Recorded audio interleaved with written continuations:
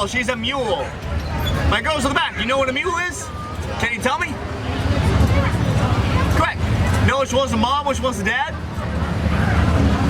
The mom has to be the horse, the dad has to be the donkey. It has to be in that order to produce a mule. If you flip it the other way around, you get a completely different animal. That's called a hinny. H-I-N-N-Y, hinny. Yeah, you rarely see hinnies though. Because for one, they're harder to breed for. And they're not as useful as mules. Like, that's why I've never seen a hinny in real life. I've only seen pictures of videos of them. So breeding a female horse to a male donkey is the only way to make a mule. Because since they're hybrid animals, they are sterile. They cannot reproduce their babies of their own, no matter how hard they try. And it's a city law that would only use mules to pull these carriages. So all these animals that you see in New Orleans pulling a carriage is a mule. Has been since 1982 for 36 years. Chief reason why we only use mules is that they take the heat better. And that's because of the donkey fathers. See, donkeys are desert animals, so they naturally take the heat better than horses do, which are grassland animals. And mules inherit this ability. A mule can actually work at temperatures dangerous for both horses and donkeys. They're almost as desert hardy as a camel. Almost. In addition to taking the heat better, mules are stronger than horses. A mule is actually 1.5 or 50% stronger than a horse of equal size. So Elizabeth here, that's out pull a horse bigger than her. 1,500 pounds of her. In terms of strength, she can actually match a 2,200 pound horse. So yeah, that's how powerful mules can be. Top it all off, mules are smarter than horses. Yeah, they're actually the smartest equine known to man. That's why people think they're stubborn. You ever heard the phrase, stubborn as a mule? Yeah, it's not that mules are stubborn, just because of their higher intelligence, they have better self-preservation instincts. That means that a mule won't overwork itself or put itself in danger. Hey, what's up, man? That's my coworker. Hi, puppy. Anyway. So yeah, they're intelligent. Let's put it this way. If they were human, horses would be from El Paso, mules would be from Lufkin. For you guys, horses would be from New Jersey, mules would be from New York. And she just that joke to whoever doesn't talk to you, you get my point. The question is, how old is Elizabeth? She's 8 years old. Mules are full grown, they're 7, they live to be 40. Yet even a 45-year-old mule is not unheard of. Out here though, we tend to retire them between the ages of 20 and 25. Because even though a mule is strong to pull a carriage into its late 30s, in the mid-20s they start to thin out, look on as sickly. That's just how they age. So there's not much you can do about it. None of the people on the street think we're abusing them, because we're not. We just retire them. When we retire our mules, we give them away for free. The farmers and ranchers, they'll never do commercial work again. They'll just take the easiest pasture pets or riding mules for the rest of their lives. And yes, keeping a mule is significantly cheaper than keeping a horse. They eat half as much as a horse, they drink half as much as a horse. They're more disease resistant and less injury prone. So your vet bills for a mule will be like half the money you'll spend on a horse. So the history of New Orleans, it all begins on May the 7th, 1718. That's when the city was founded by French colonists. So in just 2 months, we turned 300 years old. Gonna be happy to party off, but party out of shame. So even though we were founded by the French in 1718, we weren't always French. Because in the year 1763, Louisiana became a Spanish colony. What happened was that France lost the French-Indian War, also known as the 7 Years' War. And at the end of that war, France had to give up Louisiana to Spain as a peace reparation. For example, my guys right here, you don't get into a lover spat. This way of saying sorry, you send them buy some flowers. Similar idea. This is why France gave up Louisiana to Spain. And this switcheroo from French to Spanish was done without the knowledge or consent of the peoples living here in Louisiana. So it was completely by surprise. But we eventually were okay with Spanish rule though, because the Spaniards wouldn't let us be who we were. They didn't try to Spanishify us too much. And yes, I may have no word myself, Spanishify, we can keep it. So we So we spent 40 years in the Spanish colony to the year 1803. What happened then was that Spain would give Louisiana back to France under Napoleon. So here in Louisiana, when we heard about that, we all went, ho ho ho. Oh, thank you guys. But then Napoleon, he needed to raise money for an army to take over Europe and fight the British. So he decided to sell Louisiana to America in the Louisiana Purchase. So yep, it was Napoleon who sold Louisiana to America. The territory that bought for the guy went from as far south as Louisiana to as far north as Minnesota to our Canadian border and northwest of Montana. It was a territory 800,000 square miles and then double the size of the United States as it was at the time. Napoleon sold that territory for a grand total sum of $15 million, between 3 to 5 cents an acre, or $7 for New Orleans itself. In today's money, $15 million is more like $250 million. It's still a good deal. You can't buy half the French Quarter today for $250 million. Forget it. Then 9 years after that, though, in the year 1812, that is when Louisiana became an American state, and has more or less been happily ever after since. Key phrase there, of course, being more or less. I mean, y'all from Texas, you know how it is. New York, though, y'all the original 13 colonies, or 13 states, so you have no say in the matter. It was your fault. I'm kidding. Alright, so in front of us on the right, this great big old building here. Can you see it back there? Okay. This is the old Ursuline Convent. And this is the oldest building still standing, not just in New Orleans, not just Louisiana, but the lower Mississippi Valley. And the valley of the river runs to the Gulf of Mexico all the way up to southeast Missouri. So between Louisiana, Mississippi, Arkansas, and Missouri, 4 American states, that's the oldest building still standing today. The old convent was built between 1745 and 1753, so it's 265 years old. It was built to house the Ursuline nuns. My girls in the back, you know what a nun is? Kinda. Alright, well, to clarify, a nun is a Catholic woman who completely devotes her life to God and prayer. She swears off having a family, having a husband, and instead she joins up with other nuns in an order. They spend their entire lives in prayer and service to the poor. That's a nun.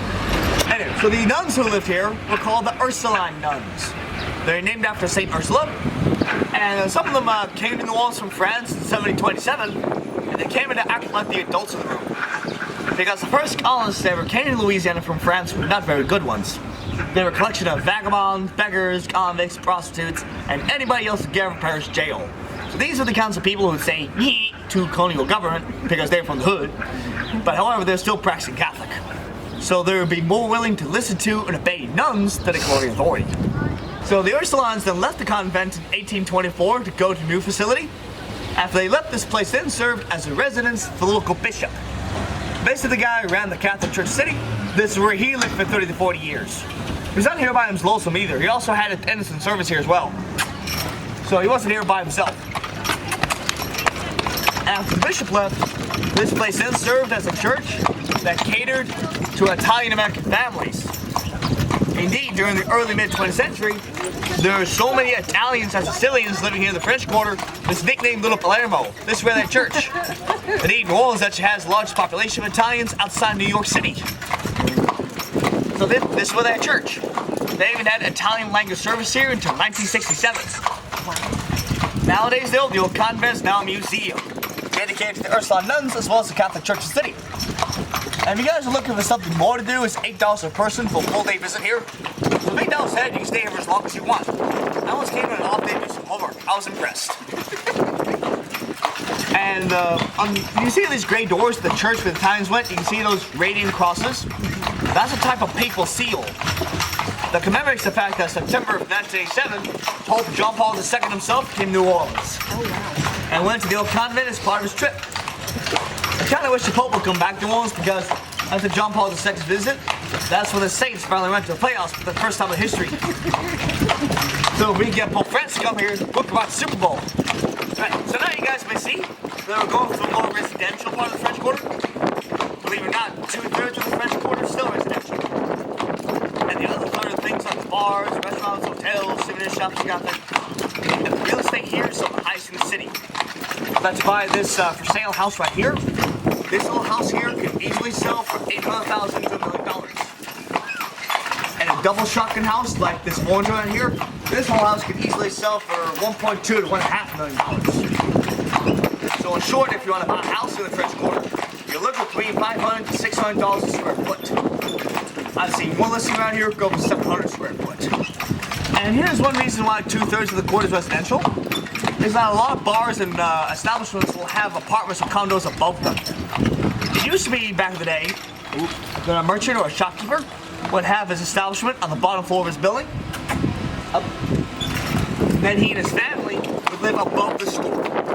Over time, though, that got phased out because of a little thing called commuting, where it became cheaper to live outside of where you worked than to live above for whatever reason. Phenomenon happened in New York City a little bit because of how compressed everything was. That's the logical guess for it. On the right here, you can see the glass shards of glass in this courtyard wall here. The idea of putting broken glass on walls like that came with West African slaves. And the idea behind the glass is not just to keep out stress crowds from up on the wall, but also to keep out evil spirits from the your house. And you'll see that glass on walls like that. Not just here in New Orleans, but also Savannah, Georgia, where I learned about it, Charleston, South Carolina, plus Mexico, Haiti, as well as Vietnam and the Philippines, as well as Central and South American countries. I wonder, does the same thing happen in Puerto Rico too? Or do you know? Okay. I mean, logically speaking, probably would, but like I said, I thought I'd ask you first. So right here in front of us, we're about to cross over Bourbon Street. So yeah, this actually is Bourbon Street right here in front of us. This is the lazy end, not the crazy end of it.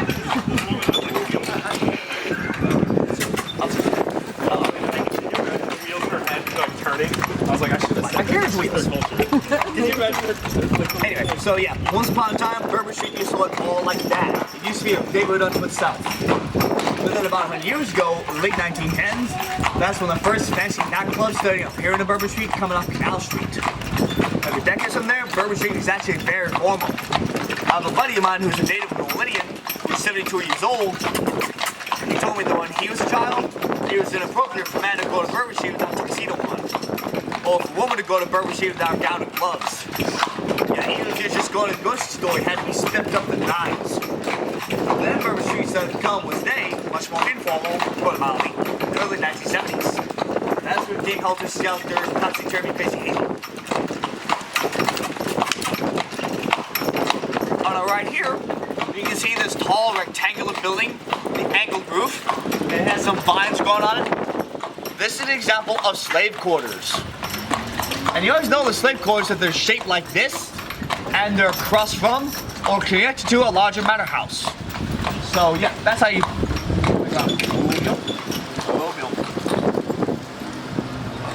And the slave quarters back there allow me to tell you about the history of Louisiana slavery. Let me ask first though, are you guys okay with that? Can I talk about slavery or would you rather skip it? Okay. Alright, just I ask first, just to be fair. So believe it or not, slavery in Louisiana was actually very different than slavery in the rest of the United States. It's technically referred to around here as the Creole management system. It was based on French and Spanish slavery laws, while the rest of the United States had English law slavery.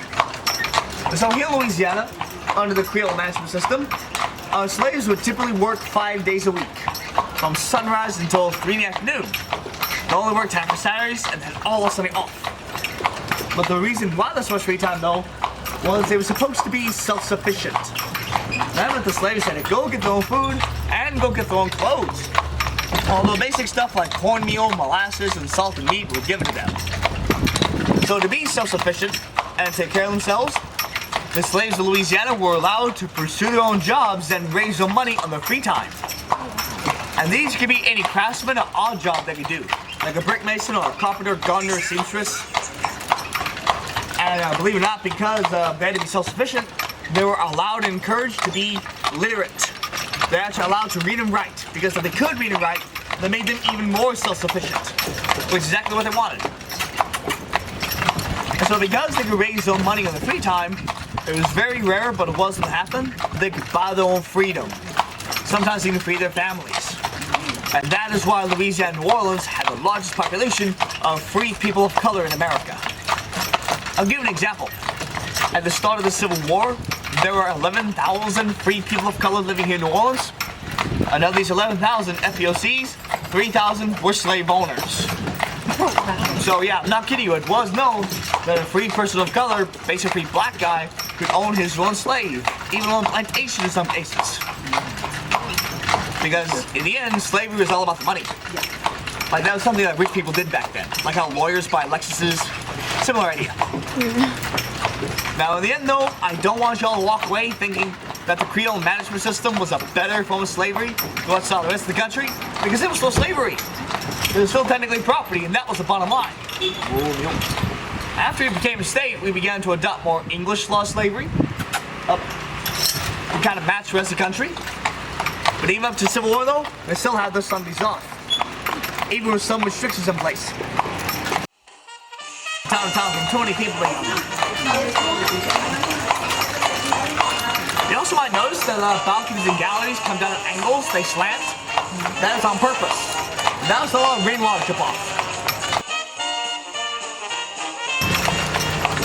And if I won the lottery, I wouldn't know what to do with myself, man. I'd just give it all to charity. Just give me enough to live on. This, here, take the rest, I don't need it.